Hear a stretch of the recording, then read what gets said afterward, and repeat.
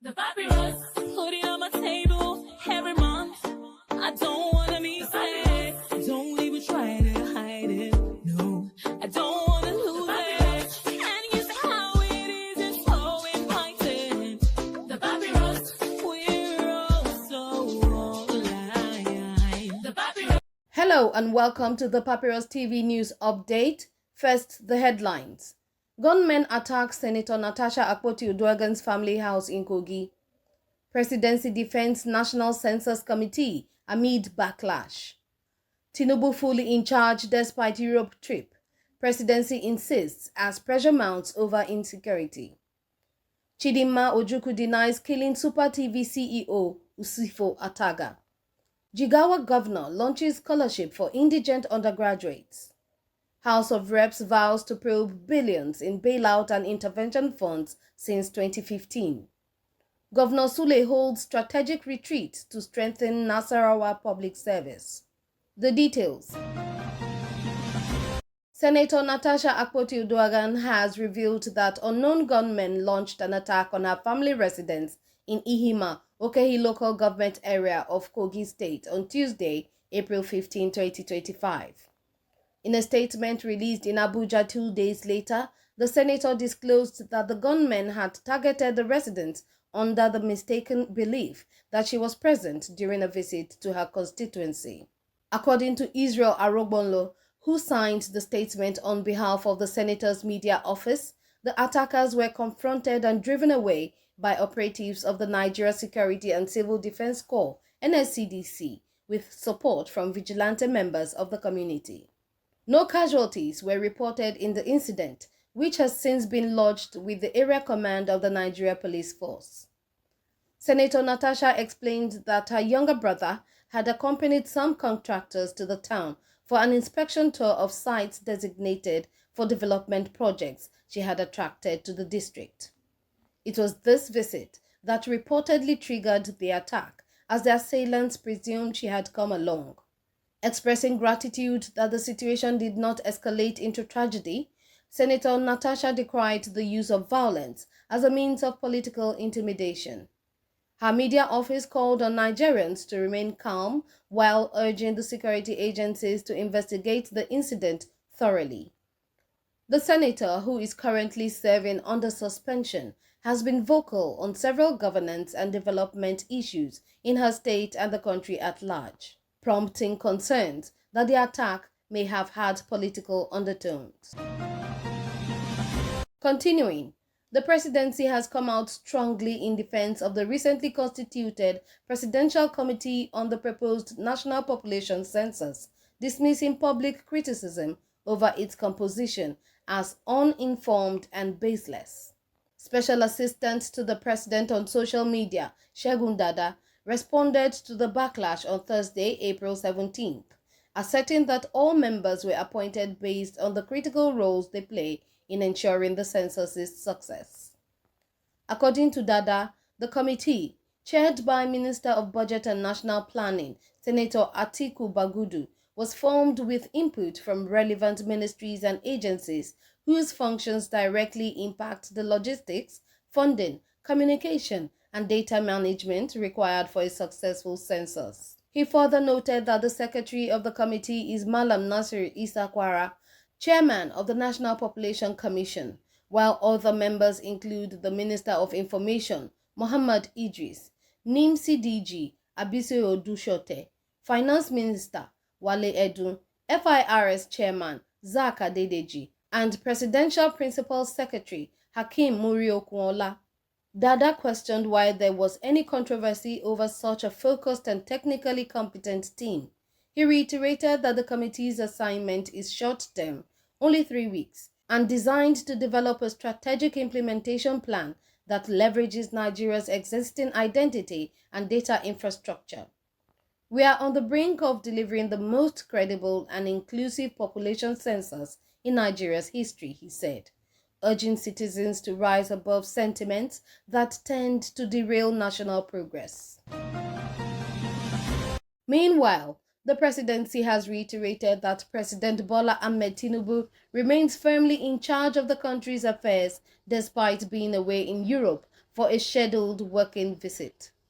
The statement issued by Presidential Advisor on Information and Strategy, Bayo Ononuga, sought to allay growing public anxiety over Tinubu's absence, especially amid escalating insecurity across several regions of the country. Ononuga clarified that the president, who traveled to France and then London, has maintained daily contact with key officials and has been issuing directives on critical national matters, including recent security developments. He added that the president is expected to return to Abuja shortly after the Easter holidays.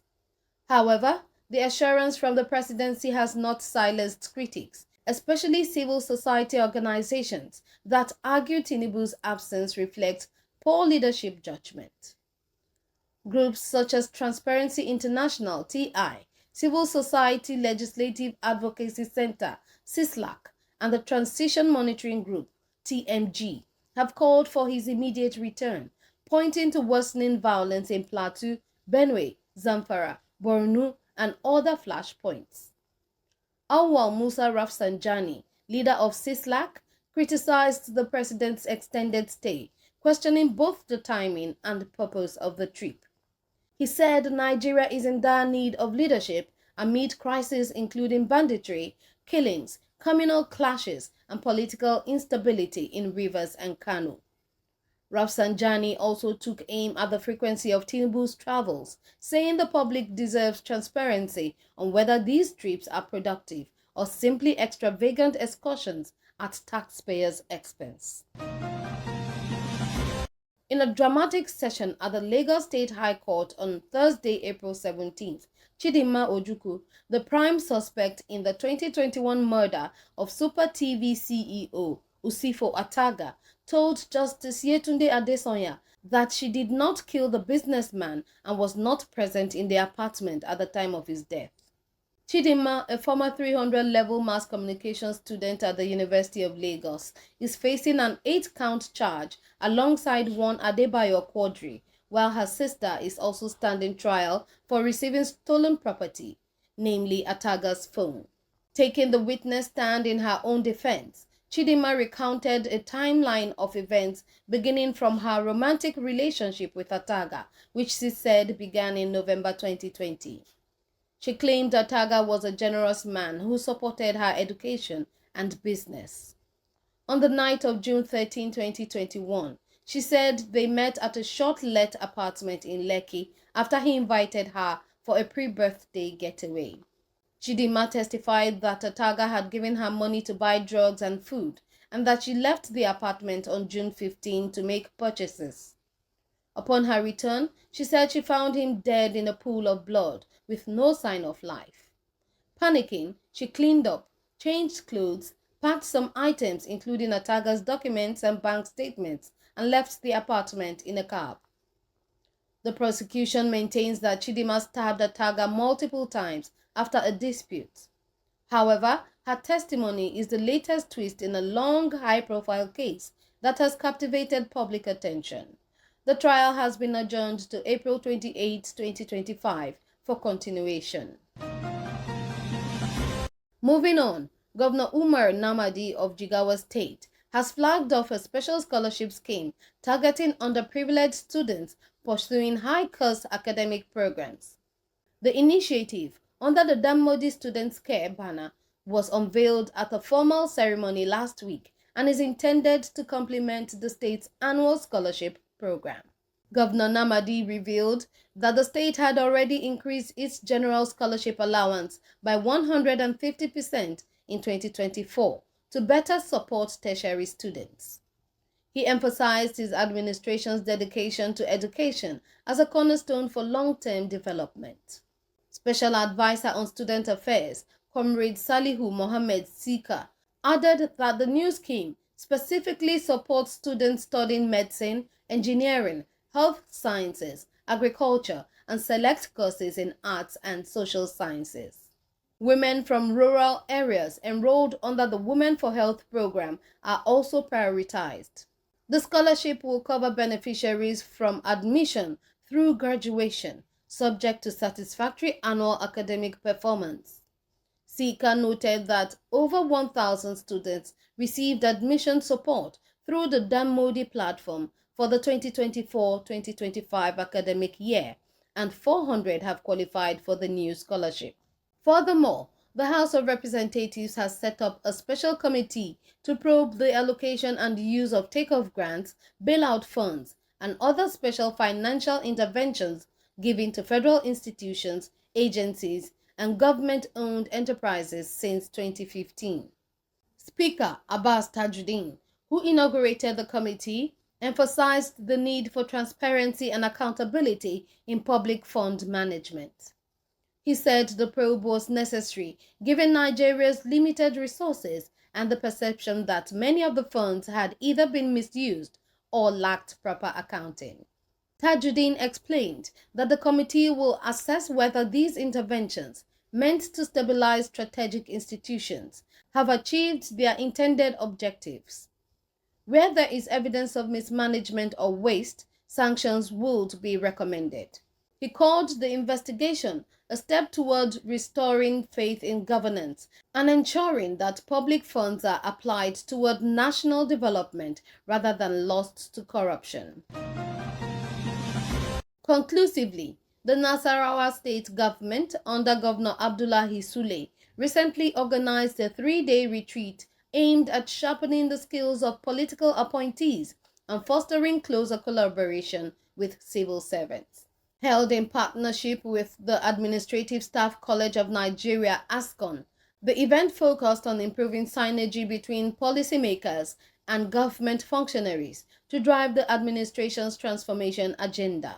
The retreat, themed Transforming Nasarawa State Through Synergy and Collaborative Leadership, drew top facilitators, including ASCON Director General Mrs. Cecilia Gaya. Governor Sule, while declaring the retreat open, emphasized that the exercise was designed to align political appointees with the state's development goals, particularly through the lens of the Nasarawa Economic Development Strategy, NEDS.